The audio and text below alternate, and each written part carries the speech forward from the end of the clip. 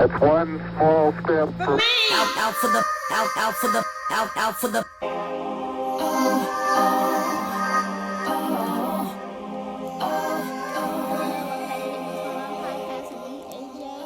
we'll jump right into ABC's AJ's Book Corner here.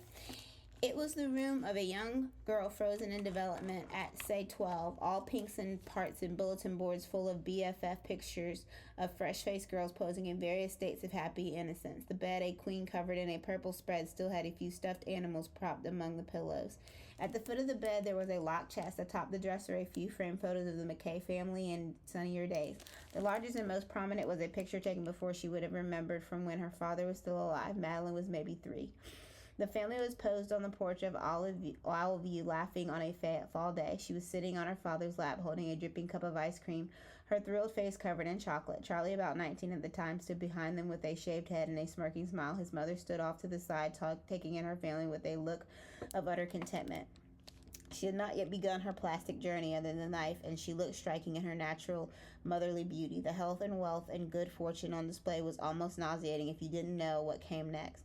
Stephen was diagnosed about a month after that picture was taken, and Margaret from the doorway. She walked toward me and took it from my hands and placed it precisely where it had been on the dresser. She looked down at it. Another lifetime, she said. She was close to her dad, wasn't she? Adored him. He walked on water. Now, of course, he's forever sainted in her mind. She believes all the problems she's had since are due to his early death and my feelings as a mother. I'm sure that's not true. She gave me a look that said, if I only knew. Then she began to circle the room as if it were a lost artifact, a space only recently recovered by archaeologists. As you can see, Madeline hasn't spent much time here over the last few years. I was very surprised when Charlie said she'd been here. I can't remember the last time she came up. She examined the bulletin board of pictures and frowned in remembrance of photos she'd likely taken. Around the time she turned 13, she lost interest, but Maddie used to love coming here for a time. It was every weekend and entire summers, just the two of us. After Stephen passed away and Charlie was off in school or swimming all over the world, Maddie and I used to come here and just hunker and eat junk food and watch movie after movie. When she was 10, we almost moved here full-time, leaving the city behind. I enrolled her at Rhinebeck Day, and we were prepared to begin a new life in the country. She looked out from Madeline's window at a reflection in the darkness. Now, of course, I wish I'd gone through with it. Why didn't you? Her swimming, sighed Margaret. Maddie was starting to show promise, and of course she was the sister of the great Charlie McKay, Olympic champion, so big things were expected of her. When I told Teddy we were considering the move, his heart about stopped. He was really the one who convinced us to stay in the city. He was sure Madeline would follow in her brother's footsteps. I tried the lock on the chest at the foot of the bed. I'm sure the key is around here somewhere, she said without turning. If not, you're more than welcome to break it off. She turned and looked down at it like it held the secrets of the lost ark. I fear I've given my daughter too much privacy over these years. I always tried to respect her space, tried to not to pry, and look where it's gotten us. Yeah, this book's actually really good, actually. And it's written by, like I said, it's called Underwater by Casey Barrett, and it's actually written by Casey Barrett, a Canadian Olympian, the co-founder and CEO of Image Swimming in New York City's largest learner swim school. So, he's actually, in this lifestyle. He knows it, which is really cool. And that, leading into that, I kind of think about how my current script that I'm working on, which I'm almost done with, I have 2 or 3 more episodes to do of it, how I this time based it in where I live, and basically make points to say certain places that are only specific to here and things like that in there, because I know it. I can tell from the descriptions of the place, and he's naming streets and stuff, oh, he lives here, he knows these places, he walks in these places.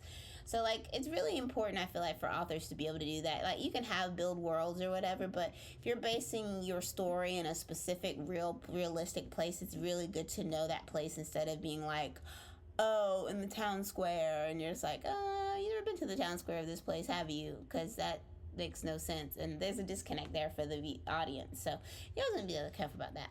But let's jump right into this episode. We're discussing your brain on coffee. Many people's daily routines involves a warm cup of coffee. People tend to view it as a simple mechanical tool. They pour it, you drink it.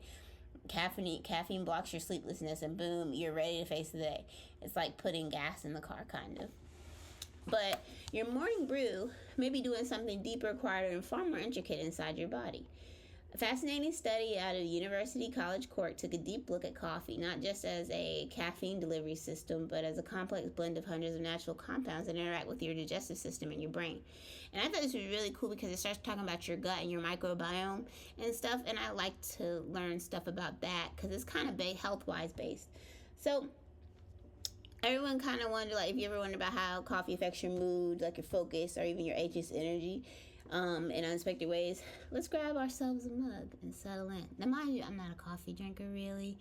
Coffee actually makes me have anxiety.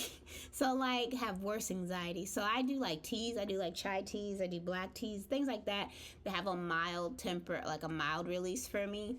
But to each his own, as you'll find out. It sounds like a mouthful, but the concept is beautifully simple. Your digestive tract and your brain are constantly talking to each other. They use a complex hotline made of nerves, hormones, and chemical messengers. And living inside your gut is a massive community of trillions of tiny microbes. Your gut microbiome. These microbes feed on what you eat and drink, and in return, they produce substances that can influence your mood, your stress levels, and how clearly you think. Now, here's where coffee comes in. Coffee contains natural compounds like polyphenols that make it all the way down to your colon intact. Your gut microbes love these compounds. They process them almost like a prebiotic and kind of superfood for your internal ecosystem. So when researchers compare daily coffee drinkers, people are having like 3 to 5 cups a day, which I could not imagine because I have caffeine sensitivity. And with, non-drink coffee drinkers, they found a clear difference in their gut bacteria. Coffee drinkers had higher levels of a specific beneficial bacteria groups and distinct microbial chemicals, including GABA, which is a key messenger involved in calming the nervous system. So when coffee drinkers stopped drinking for 2 weeks, their bacteria levels shifted back. And when they started drinking coffee again, even decaf, those gut changes returned. So, here's where things kind of get a little bit even more surprising. Usually, we assume that coffee makes us feel good or focused. Caffeine deserves all the credit. Caffeine works mainly by blocking adenosine receptors in the brain, which stops us from feeling tired. But in this study, researchers tested both caffeinated and decaffeinated coffee, and they found that both versions had benefits. So caffeinated coffee did what you expect. It boosted attention, increased alertness, and in this specific group, lowered reported anxiety. Not for me, it wouldn't have, but whatever. The caffeinated coffee, on the other hand, was tied to improvements in aspects of learning and memory. So both caffeinated and decaffeinated help improve overall mood, lowering perceived stress and depressive symptoms among the participants. So what does that mean? So it means the joy or clarity you feel from your morning cup isn't just a caffeine buzz. The non-caffeine parts of coffee, the polyphenols and plant compounds, are interacting with your gut microbes, helping produce those chemical signals that support your mental state. So completely independent of the caffeine. So before you go ahead and get those 4 espressos, though, 4 shots of espresso, talk about Starbucks. I really used to be on like caffeine though, like that, for real. But I'm glad I stopped because, but I was back in the day where I needed it, where I was working like 16, 18-hour days and stuff. Thankfully, I don't have to do that anymore. The study wasn't all sunshine and rainbows. At the start of the study, regular coffee drinkers actually showed slightly higher levels of impulsivity and emotional reactivity compared to non-coffee drinkers. And you kind of think about it, well, coffee affects everyone differently. Like I said, it gives me anxiety. Plus, people, maybe just naturally more stress, fatigued, or impulse driven. So it's not really saying like, oh, coffee is bad because of this. It depends on the person, like I said in the beginning. The biggest takeaway is coffee is not mental health treatment. If you struggle with severe anxiety, panic, or insomnia, overloading on caffeine can actually have adverse effects and worsen your symptoms. So be careful about that. And let's just be intentional here and not view coffee as this magic cure or quick fix for fatigue. View it for what it is. It's a complex, natural dietary experience that participates in ongoing communication and conversation with our gut and our brain. And I really didn't realize like how much coffee, like how much what you eat affects like your brain and stuff. But getting to learn like a little bit more about how your microbiome and your stomach and gut health works, that makes sense. And learn about prebiotics and probiotics and things like that. So it's really, really cool. I mean, it's just like they call it in the article like a dance kind of between your like gut health and your brain and stuff like that. But yeah. Moving on, what I'm happy and grateful for. I'm happy and grateful for being able to hike in the elements. And when I mean the elements, I'm talking about like rain today and humidity and mosquitoes. I got bit up a lot. Let me not say a lot. I got bit up quite a bit today because of the humidity and the fact of stagnant water because it rains. It's going to rain all week here though. But I got bit up and mind you, I always wear, when I hike, long sleeves, long pants, compression socks that go up to my knee, and I also wear crew socks for comfortability purposes because when I hike or whatever, if you get rock or something in your shoe, you never know, stuff like that. And I also hike with waterproof shoes on, and I also use the long sleeves and cover my hands because usually if I don't cover my hands, that's where the mosquitoes try to get is my hands. I got bit on my cheek, I got bit on my back again, and I got bit under my arm. I don't understand. They were getting me. But it was really nice though, even if it was like raining and lightly raining and stuff. I really wanted to see if they had finished this new wooden walkway renovation for one of the trails that would flood a lot, that they had to keep sectioning off because it would flood. Basically, the trail got washed over. The water would get so high that it would come inward and cover the trail, and they had to make another trail around the original trail, and then they started building this wooden walkway. And they built a couple of new wooden walkways in the couple of years that I've been hiking, and this one is one of the higher ones, and one of them, it's really beautiful. It's really high though because you don't want people to fall over and go into the water because of how close the water is. But and I'm also really short, so there's that. But you can still look out and see the flooded area and the swamp and pond and stuff. It's really nice. But I'm glad to be able to hike out in the elements, and like those things don't bother me, like rain, snow, sleet, wind. Those kind of things don't really bother me when I'm out there because I can wear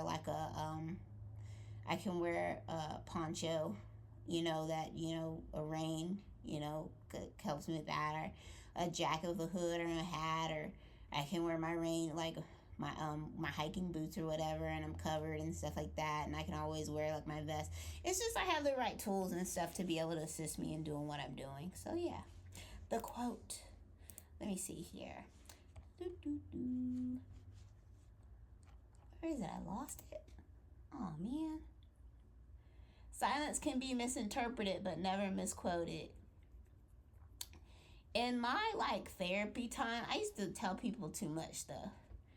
And I've become so much more of a keep it to myself type of person.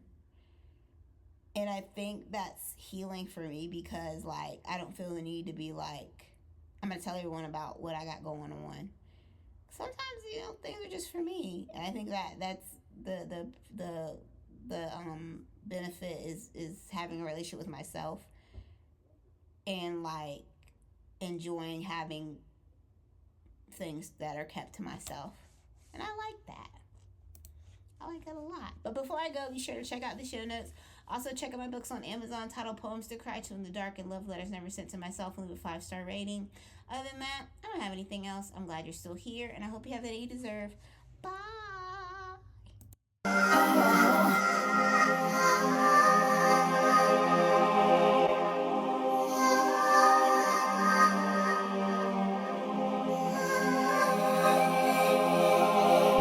One giant leap